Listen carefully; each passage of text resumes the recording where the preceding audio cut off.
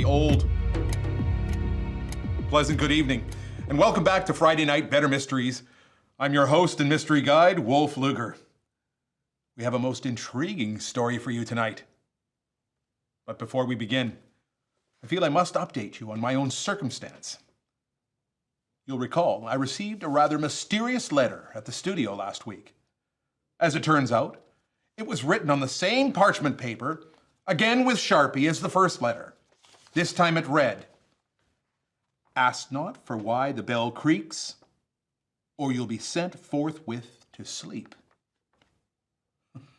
Clever indeed. It doesn't even really rhyme, does it? Am I correct in assuming this is a threat? I've reported it to the authorities, but again, I don't feel they are taking this as seriously as they should, and I fear there will be no investigation. Earlier this week, I made the decision to reactivate my private investigation practice for one more case. No choice, really, as I'm clearly in the thick of it. Oh, it's Astrid, our kind director, waving to me. What is that? You want me to introduce the next play? Of course, of course. Let's get on with the show, shall we? All right, here we go. A strange three-way relationship exists between Adelaide and Edwin Bartlett and the Reverend George Dyson. It's New Year's Eve, 1885. Warm wishes for a happy new year are shared in the Bartlett house.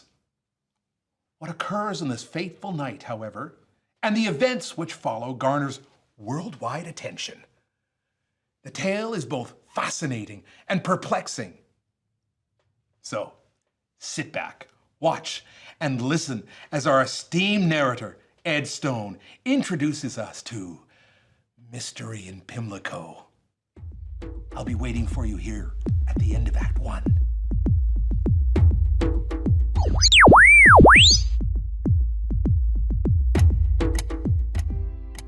Today, the name of Adelaide Bartlett conveys little to anyone outside of the world of law, medicine, or criminology.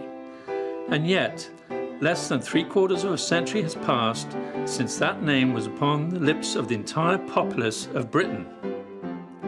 For hers was the principal part in one of the strangest dramas of real life, the final act of which was played out in the Central Criminal Court. Adelaide Bartlett was born Adelaide Blanche de la Trémol. She was the natural child of an Englishman of birth, her mother being French. She was brought up in England by foster parents in good circumstances, and while still in her teens, was married to Edwin Bartlett, a businessman in the wholesale and retail grocery trade. We first meet Adelaide in the early spring of the year 1885, when she and her husband are living in lodgings at Herne Hill. Although Adelaide is not yet 25, and her husband the older by some 15 years, the only blight on their married happiness would appear to be Adelaide's father-in-law. Oh, it's insufferable.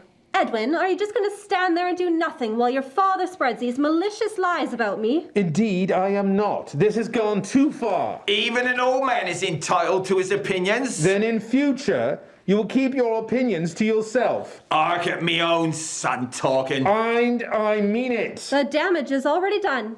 I saw Mrs. Matthews today, and she told me of some of the vile, despicable things he's been saying. And suppose I can substantiate me remarks? You can't. You know you can't. You're just a bitter old lying mischief maker, out to cause trouble between Edwin and me. It's bad enough when women grow jealous of their sons' wives. For a man to behave like this, oh, it's humiliating, unbearable. Now, my darling, don't worry that pretty head of yours. Let me handle this. For more than a year now, in fact, ever since Mother died, Adelaide and I have given you a home, all the necessities of life. And what sort of an home has that been, may I ask? Chopping from one lodging to another, forever on the move. Tain't as though you can seem to settle down and have children like a respectable married couple. That's only one of the things, the very least he's been saying about me. He even blames me for that. You know perfectly well that my business and that alone has kept us on the move. would I now be the owner of 6 paying grocery shops if I'd spent the last 5 years as an idle family man? As for Adelaide, what woman does not want to have a permanent home of her own? But in spite of this, she's been a model wife, and I'll brook no word against her. You, Father, will apologize to Adelaide here and now. Failing that, you may count no more upon my charity. Our charity. Well, of course, if I've given cause for offence, I'm sorry, but... Oh, no. This isn't good enough. I tell you, the damage is already done and must be repaired before it's too late. I haven't been idle today. After what Mrs. Matthews told me, I went straight to consult Mr. Woods. Oh, set a lawyer, would you, upon a poor old man who's done no more than speak his mind. You've driven me to it. Here, Edwin, read through this and make him sign it. Mr. Woods says there isn't a moment to lose. Otherwise, I have a clear-cut case for slander. Having made statements reflecting on the character of Mrs. Adelaide Bartlett, the wife of my son, Edwin Bartlett, which statements I now discover to be unfounded and untrue, I, Thomas Bartlett, hereby withdraw all such statements and express my regret for having made them. That about covers it, I think. Well, Father, are you going to sign this document? You know the alternative. I have no alternative. Pressure. That's what this is. A pen and ink, Adelaide. And Mr. Woods says at the very sign of any repetition, I'm to apply for immediate injunction. Harsh words to use against your poor old father-in-law. But then, that head of yours was always full of highfalutin ideas. You don't understand Adelaide, Father. She is a woman of culture and education. She can sing, paint, play the piano, is versed in the classics, and can speak French, Spanish, and Italian. Invaluable assets, to be sure, for the wife of one in the grocery business. Education was something denied to me, and I've never ceased to regret it. Oh, I'm not blaming you. You did the best you could under the circumstances, I suppose. I've been a working man all my life and never tried to be anything else. You had the education of a working man's son and should have been content with it. Oh, don't waste breath on him, Edwin. Is he going to sign this or not? All right, all right. There. Now perhaps you're satisfied, the pair of you. Good. I know you'd see the sense, Father. We shall have copies made and circulate them amongst our friends. And now that this deplorable incident may be considered closed, I have a little surprise for you, my dear. A pleasant one, I trust. I've taken a furnished house in the country. Edwin, how wonderful! Where? How big? Quick, tell me! Oh, nothing permanent, of course. That'll take time. But I'm opening a new shop at Merton. Naturally, I shall need to be on hand for a month or two until the business gets going. Merton?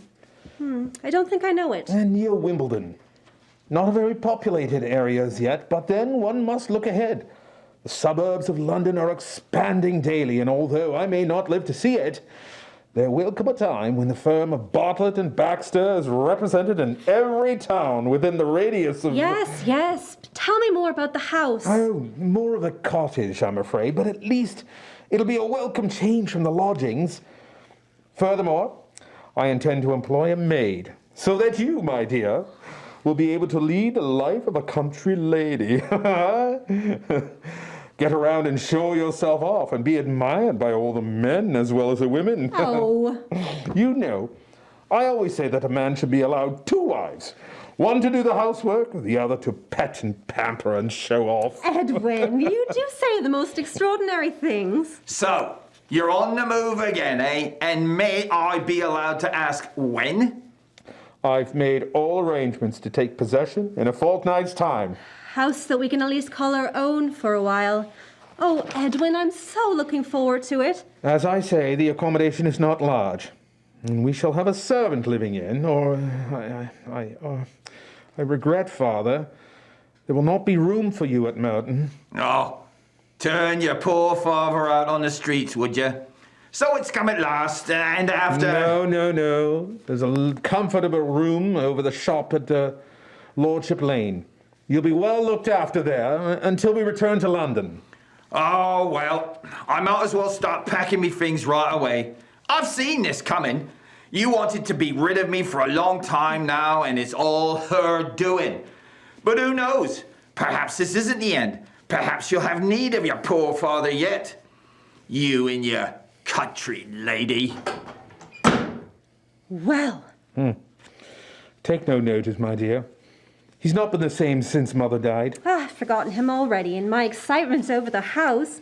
Tell me more about it. I shall take you down there tomorrow, and you can judge for yourself. In the meantime, my appetite tells me that supper should not be long. It'll be ready in 10 minutes. Then, for the next 5, please, my favorite piece on the piano. Which is it? You have a different favorite every week. Some name like Sherbet. Or... Schubert, darling. Schubert Serenade. That's the fellow. Never could get the foreigners' names. Englishmen don't try. I wonder what the furniture's like. Of course, if I don't care for the curtains, I shall change them. Good morning, Mary. Good morning, ma'am. You may serve breakfast. Mr. Bartlett's just coming down. Very good, ma'am. It's all ready. Such a glorious morning. Yes, I think we've said goodbye to winter at last. And what a view. Will that be enough toast, ma'am? I think so. We'll ring if we want any more. Oh, Mary, do you go to church? Whenever I have the time, ma'am, I do. I always go to the chapel on the common. That's the bell you can hear now. But there's another service at 11. I know. I saw it yesterday from the distance. Such a nice young minister. The Reverend George Dyson. Handsome he is, too.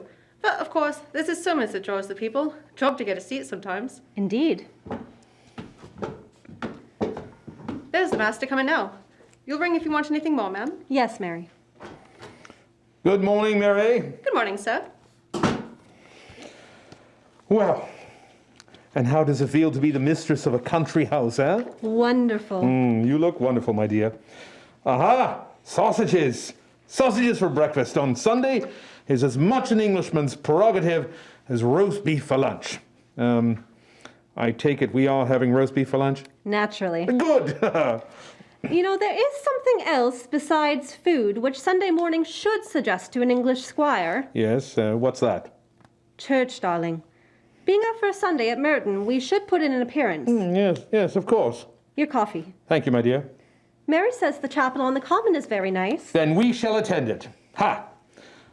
I'll show you off to the people of Merton. There won't be a woman in the congregation to touch you. And as for the men... Really, Edwin?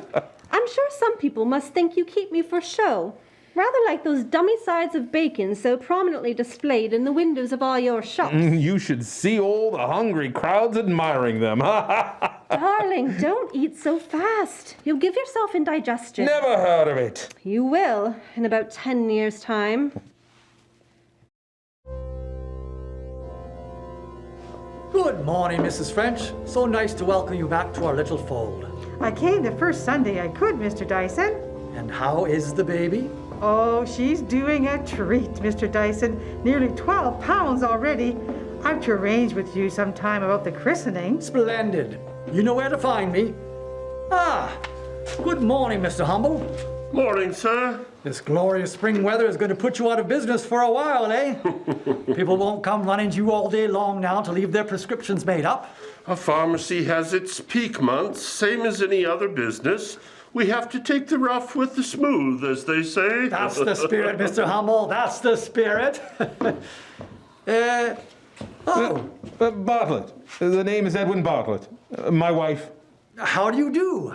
Most welcome, I'm sure, to our little congregation. We've just moved into Merton Cottage. Indeed. I heard the tenancy had been taken. We wanted to say how much we enjoyed your sermon, Mr. Dyson. So inspiring, so spiritually uplifting. You fill me with joy, to say nothing of encouragement. The truth is, I found it very difficult to strike the right level for a mixed congregation. There are times when I feel I must be talking above the heads of the majority. You and my wife should have a good deal in common, Mr. Dyson. She finished her schooling on the continent, you know. With a businessman for a husband, she doesn't often meet people of her own intellectual standard. Oh, you mustn't take any notice of him, Mr. Dyson. He's always trying to paint me in the light of a virtual schoolmistress. Nevertheless, I hope to have the honor, as well as the pleasure, of numbering you both among my regular congregation. More than that, we hope to see something of you socially, don't we, Adelaide? Yes, of course. How about coming to tea one afternoon? Well, I should be delighted. Good. Let me see now. I could spare an hour or so from our business on Tuesday next. How about 4 o'clock? I shall indeed look forward to it. And so shall we. Until Tuesday, then.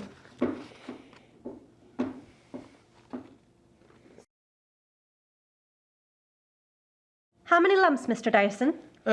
No sugar, thank you. No sugar? You must impart the secret of that to my husband. I seriously begin to fear for his figure. Work hard and eat hard. That's my motto. And if it brings a short life, at least it's a full one. Your extreme health, Mr. Bartlett, if one may be permitted such personalities, is eloquently proclaimed in your face and general bearing. At the moment, yes.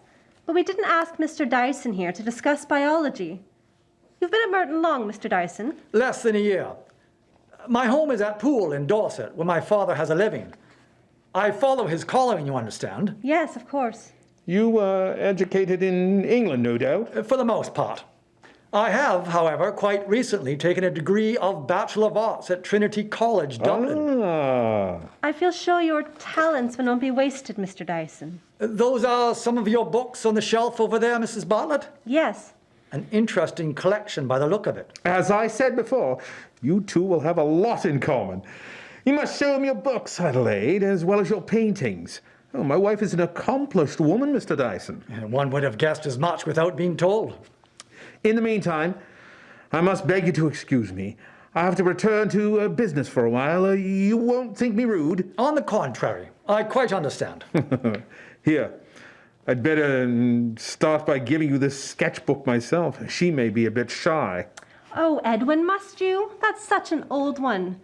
Besides, I doubt if Mr. Dyson is interested in purely amateur art. Oh, but I am. Especially when the artist in question is known to me personally. May I look? Of course, if you really want to. But at least finish your tea first. There's no time like the present. In Mr. Bartlett's absence, you might change your mind. That's the idea, Mr. Dyson. Oh, you two will get along like a house on fire. I can see that. Well, I'll leave you to it. And just in case I'm not back by the time you have to go, I'll say goodbye.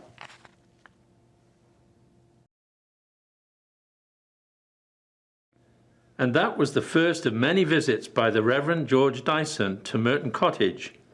Indeed, in the week that followed, a close friendship sprang up, not only between Adelaide and the young minister, but one in which Edwin Bartlett shared to the full.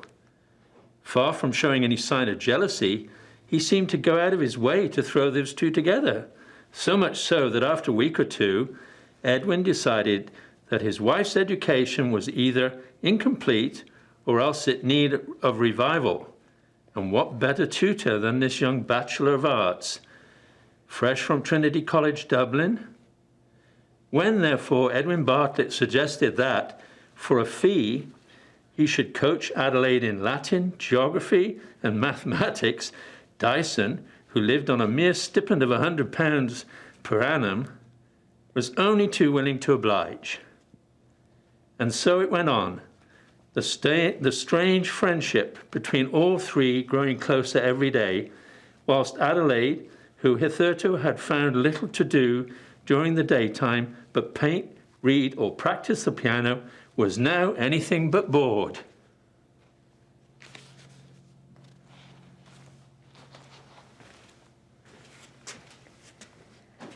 Infidum Regina Infidum Regina Iubes Renever Dolorium. Beyond all words, O Queen, is the grief thou bidst me revive. Oh, I'm worse than the dullest schoolgirl.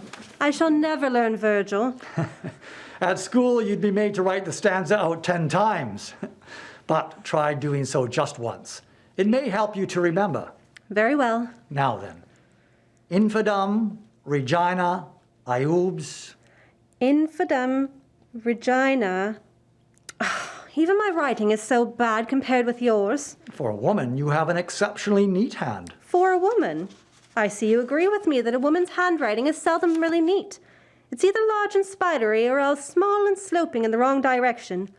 You can't deny that mine own is a mixture of the two. Well? Why are you staring at me like that? Is there a smut on my face or something? 1,000 pardons. Forgive me, I was not concentrating. Infidum, Regina, Ioubs, have you got that down? We were discussing handwriting. You know, I always admire a man's, so firm and stolid, as though every word was of the utmost importance. And yours is no exception. Oh. I know. You teach me to write, like you. I fear that's impossible. You mean I'm too old? No. At least it would be more use to me than Latin and arithmetic. I only go through with that to please Edwin. But, of course, if you think I'm too old... Oh, you don't know how many times of late the thought has crossed my mind that if you were to wear pigtails and a short skirt, why, nobody would ever take you for anything but a genuine schoolgirl. I see. Then imagine me in pigtails and a short skirt and teach me to write. But... It should be quite simple. Please? Very well. I'll hold the pencil lightly. So, now put your hand over mine and guide it. I'm afraid you'll have to come closer. Closer still. That's better. Now then, what shall we write? Infidum Regina, of course. Are you ready? Yes. Remember, you exert all the pressure and do the writing, but don't squeeze my finger against the pencil. Here we go. Well, what's the matter? Is my hair getting in the way? No. Then... Adelaide. Oh, my darling. No! In God's name, what have I done? I fought against this so long, and now I've offended you. Do I appear offended? You mean... No, this cannot be. I am a minister, a man of God. I have looked upon a woman to... Worse than that, I have... Coveted your neighbor's wife? But is it so very wrong to covet something which doesn't entirely belong to your neighbor? But I don't understand. I only know that... Don't torture yourself with remorse until you've learned what I have to tell you. But we may be overheard. How impossible. The maid is out and Edwin has not yet returned. Listen, when I married Edwin Bartlett, I was still a schoolgirl. Yes, if you like, I wore pigtails and short skirts. Oh, the match was arranged by my foster parents, and at that age, I scarcely knew the meaning of the marriage contract. Even so, it would seem I couldn't have been delivered to a kinder, more tolerant person than Edwin. You must know by now something of his obsession where education is concerned. To cut a long story short, he left me at the church door to go back to school in Belgium. When I returned at the end of the year to re-enter the world as Mrs. Edwin Bartlett, it was his suggestion that I should be a wife in name only. I understand. That went on for several years. Very few people would believe it, but it's true. I believe you. And then the time arrived when I wanted a child, but when it came, it was born dead. I'm sorry. And even that seemed to make no difference. Edwin has never ceased to regard me as a doll, a mere puppet to be shown off in public at his will. But... Oh, can't you see? I'm trying to ease your conscience. Surely it is no sin for you and I to love one another. Until you came along, I never realized how empty my whole life had been. I only know that in thought, word, and deed I have betrayed my calling. Oh, why didn't I stay away from this house, from you, when I first began to feel myself assailed? But no, I could not have done so.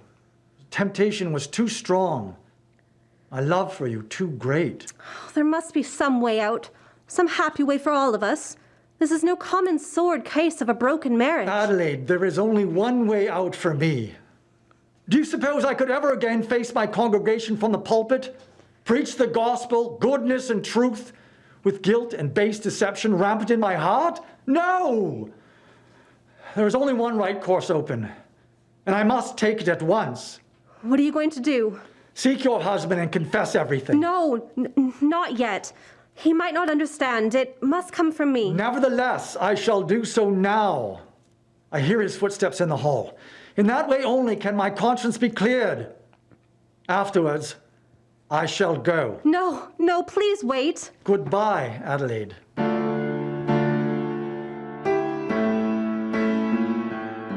George, my dear fellow, it's good to come home and find you here. Where's Adelaide? In the drawing room. Hard at her studies, oh? Well, we mustn't disturb her. Just let me hang up my coat and we'll have a little glass of something together in the dining room. Thank you. No, I just want a word with you. Yeah, of course, of course. Come in here. Now, quite sure you won't join me in a glass of sherry? Quite sure. Then tell me about Adelaide. Do you find her a good pupil? Does she show promise? Oh, indeed. I know it. She was always quick at learning. I used to read her school reports. Mr. Bartlett, But of course, even the cleverest of people are apt to forget with the years. With a bit of luck, finding someone like you to jog her memory, eh? Mr. Bartlett, I'm in love with your wife. Of course. Every man falls in love at first sight with Adelaide. No, you don't understand. I'm deeply in love with her. This evening, unable to conceal my emotion any longer, I told her so. I even kissed her. My dear fellow, I'm delighted. This is splendid news. Is it possible I have still not made myself clear? Oh, but of course you have. I understand perfectly. You love Adelaide. This evening you declared yourself and you kissed her. What about Adelaide? How did she react? I am only here to confess my own gross betrayal of your trust and friendship. But you're an honest man. Too honest, perhaps. But you have nothing to fear. Just tell me, does Adelaide... Is she in love with you too? I never dreamt so until this evening. But she is, huh? Yes. Why, my dear fellow, that's splendid. I tell you, I'm delighted. You mean you don't mind? Why should I mind? Oh, come now, you mustn't let this worry you. I'm 40 years of age, and Adelaide barely 25. According to her, I've another 10 years at the most before eating myself to death. In any case, I shan't live forever. And what is to become of Adelaide after I'm gone? One has to think of those things, you know. But there is no question of death. You are very much alive, and Adelaide is your wife. Nevertheless, it is essential that she should have someone to love and cherish after I'm gone. And I'll be frank, there isn't another man in the world to whom I would so more gladly entrust her. I thank you for those kind words. But is it possible that any man can think and speak thus in terms of the woman he has taken in holy matrimony? I hold certain views on marriage. Strange views, no doubt, they would seem to you. We must discuss them sometime. I came to you this evening to make full confession, to clear my conscience, and then to take leave of you both, for good. Now my mind is full of dark perplexity and doubt. But at least your conscience is cleared? Yes, I think it is. Then, you will stop this nonsense about leaving us. The position is quite simple. I shall call Adelaide and explain matters to her. But is that wise? Adelaide, come here a moment, my dear. Please, think carefully. You are possibly laboring under shock from what I have told you. You may regret... No nonsense. You called me. Come in, my dear, and close the door. That will not be necessary. There is no one else in the house. Well, that makes things so much the easier. George has told me the good news. The good news? That you love each other? Isn't that good news? Come, my dear, you're looking paler than George. This is a time for celebration. A kind of betrothed in advance, huh?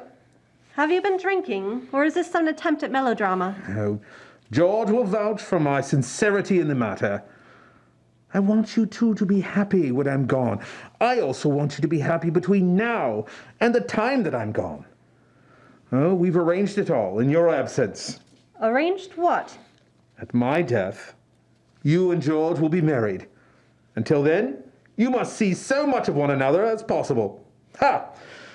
It isn't every woman that can count on the care and protection of a straight and honest man like George upon widowhood. I seem to remember that in a will leaving everything to me, you expressly stipulate that I must not remarry. Oh, that was some years back. We can soon have it altered. I really believe you mean it. I do. Oh, you have my blessing, the pair of you.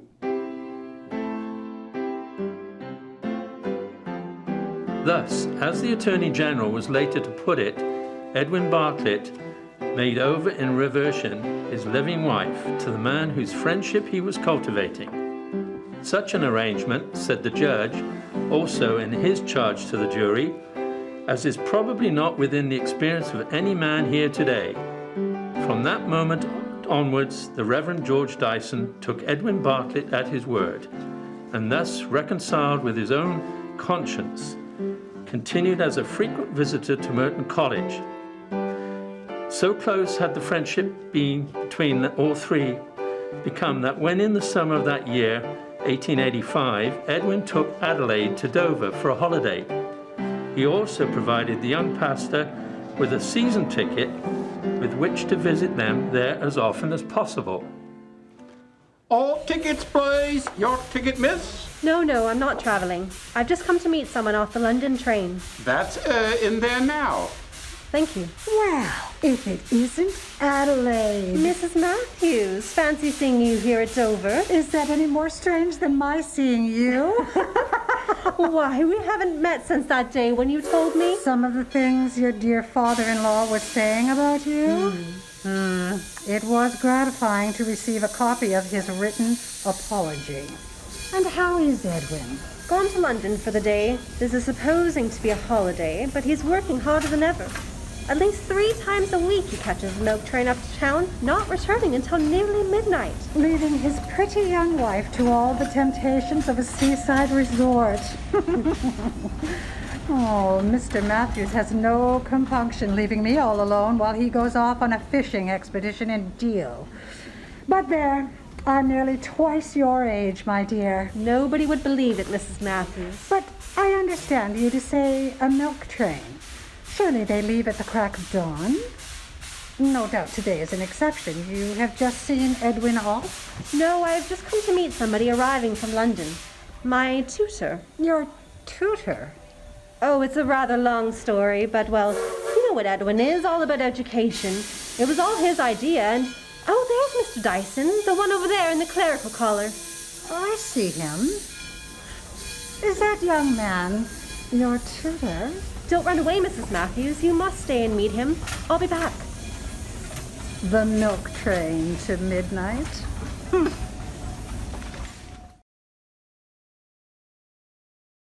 Cab set? Yes, Edwin gave me the money to hire and told me to hire a carriage. We'll go for a drive before lunch.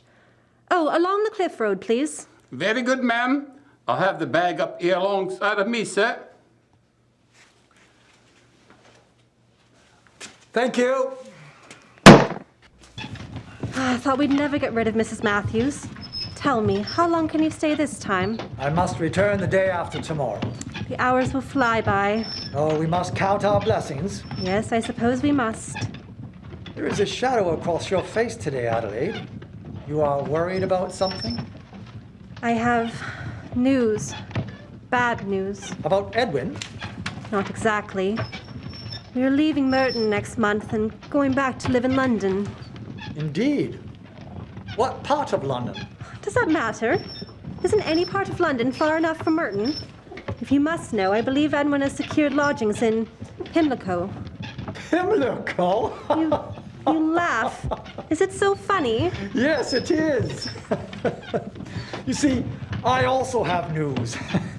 In less than a fortnight, I'm transferred to a living at Putney, Putney? Why, that's... separated from Pimlico by no more than a bridge and a 3-penny train fare. Oh, but that's wonderful. Didn't I tell you we must count our blessings? Edwin, too, will be delighted. Edwin, could ever a man boast of such a friend? Or a wife, such a husband. How is he? Wedded to the business and working much too hard. You still love him as a brother?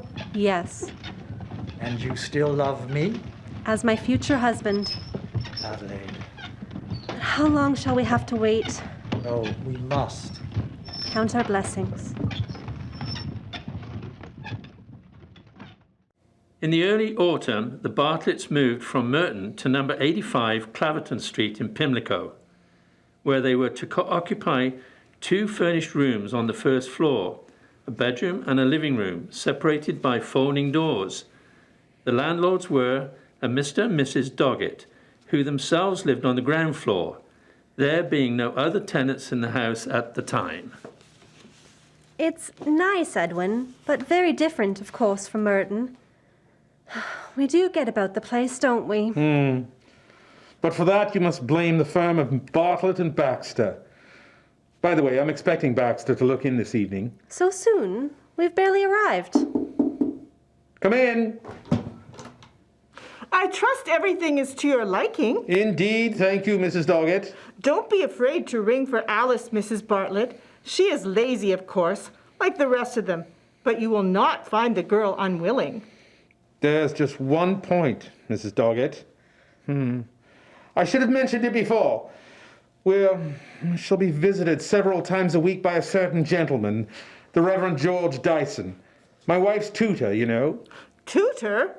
I see. On these occasions, he will take an evening meal with us. Very good, I'll tell Alice. Thank you. There's nice goings-on, I'll say. Alice, have you been eavesdropping again? No need for that in this house. And just what do you mean to infer? Oh, when I go up there just now to draw the curtains, he's sitting in the chair reading aloud to her, while she's squatting on the floor with her head in his lap. Brazen, too, for they don't take no notice of me. As for the curtains, I could have saved myself the trouble. They're already drawn. Listen to me, Alice Fulcher. Oh, he may be a minister and her tutor, but I've never seen a Bible, let alone a textbook of any sort up there. I'm just wondering what it is he does teach her. For the last time, Alice Fulcher, whatever goes on up there is with the full knowledge and approval of Mr. Bartlett, and that's good enough for me. For all we know, Mr. Dyson may be a relative. In any case, it's no concern of yours or mine. I'll trouble you to put a curb on that tongue of yours. Otherwise, you'll find yourself in the workhouse. Yes, Mrs. Doggett. Now, start getting the supper. Mr. Bartlett will be home any time.